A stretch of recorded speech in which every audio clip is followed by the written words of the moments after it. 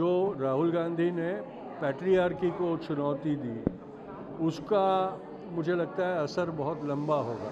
ये कार्यक्रम का उद्देश्य तो बम्बई के साथ को नेहा का परिचय था और आईएसआ की शुरुआत, जो बम्बई के चैप्टर की शुरुआत हो रही है, उसकी घोषणा थी। लेकिन उसके साथ साथ जंतर मंतर को मुंबई से जो समर्थन दिया गया था, उसका भी एक उत्सव ये मनाया जा रहा था। और जेन ज़ी का जो आंदोलन उभरा और उसको जो सफलता मिली, उसमें मुंबई का जो एक योगदान था, उसका एक डिक्लेरेशन था। बीते 2 दिन पहले इसी अंबेडकर जी की धरती पर राहुल गांधी भी पहुंचे थे। उन्होंने पुणे में विमेन सेफ्टी से रिलेटेड कई सारे मुद्दों पर बात की। उसे कैसे देखते हैं सर?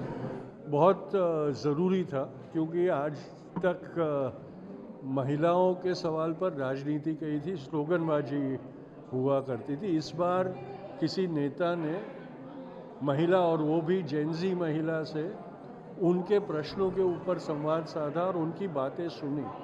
और एक बहुत बड़ी बात जो उसमें से निकली को जो राहुल गांधी ने पैट्रियार्की को चुनौती दी, उसका मुझे लगता है असर बहुत लंबा होगा। भारतीय जनता पार्टी ने 5 सितंबर को एक प्रोटेस्ट मार्च अनाउंस किया है दिल्ली पुलिस, इंडिया गेट से दिल्ली पुलिस हेडक्वार्टर। क्या आपको लगता है कि अभी भी ये जो प्रोटेस्ट है ये चलता रहेगा? चलता रहना ही चाहिए, चलता रहना ही चाहिए, क्योंकि ये सरकार सिर्फ प्रोटेस्ट की भाषा समझती है और अपने किए हुए वादों पर मुखरना उनकी फितरत है, तो उनके ऊपर दबाव बना रहना चाहिए। बिल्कुल। आपने भी अभिजीत दिनके से मुलाकात की। अभिजीत दिनके पे एफआईआर दर्ज हुई है लातूर में। स्कूल में जिस तरीके से उन्होंने गए, वहाँ की स्थिति बताई, क्या आपको लगता है कि सरकार उससे कहीं घबरा रही है? बिल्कुल घबराई है। इसीलिए एकनाथ शिंदे साहब ने स्कूलों के नूतनीकरण के बारे में एक स्कीम जाहिर की। इसी के चलते राजस्थान सरकार ने भी वो किया।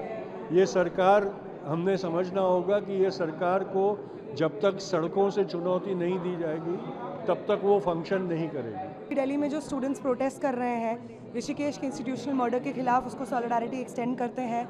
यहाँ बम्बई में इसलिए है क्योंकि यहाँ पे आईआईटी बॉम्बे में भी इसी एक साल में, पिछले 3 सेमेस्टर्स में लगातार 3 सुसाइड स्टूडेंट्स के हुए हैं। वो आईआईटीज़ जिनको हम बहुत उम्मीद से देखते हैं, जहाँ पे न जाने कितना पैसा खर्च करके अपने बच्चों को भेजना चाहते हैं, उन आईआईटीज़ में अगर इस तरीके से यंग लोग अपनी जान लेने पे मजबूर होते रहें, तो ये एक सिस्टमैटिक प्रॉब्लम की तरफ हमें इशारा करता है। इस चीज़ पे संज्ञान लेते हुए आईआईटीज़ में इस वक्त क्या चल रहा है, और उससे एक स्टेप बढ़ करके जिस तरीके का सेंट्रलाइजेशन होता है इन एग्जामिनेशंस का, और इंक्रीजिंग प्रेशर होता है स्टूडेंट्स के ऊपर कि ये एक एग्ज़ाम है जिन पे उनका पूरा भविष्य टिका हुआ है, ये सेंट्रलाइजेशन को ख़त्म करना होगा।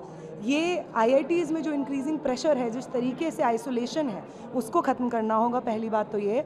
उसके अलावा जो नेवल डिसूजा स्टेडियम है, जहाँ पे स्टूडेंट्स उस स्टेडियम के लिए प्रोटेस्ट कर रहे हैं, यंग लोग, मुंबई के तमाम सिटीजन्स प्रोटेस्ट कर रहे हैं, उस प्रोटेस्ट को हम यहाँ से सॉलिडारिटी देंगे। Thank you everyone. अभी आने वाले समय में हम लोग परसों पुणे में होंगे और उसके एक दिन बाद हम लोग नागपुर में होंगे, जहाँ पे हम लोगों का प्रोग्राम है। तो 26 को पुणे और 27 को नागपुर में हम यंग लोगों से मिलेंगे।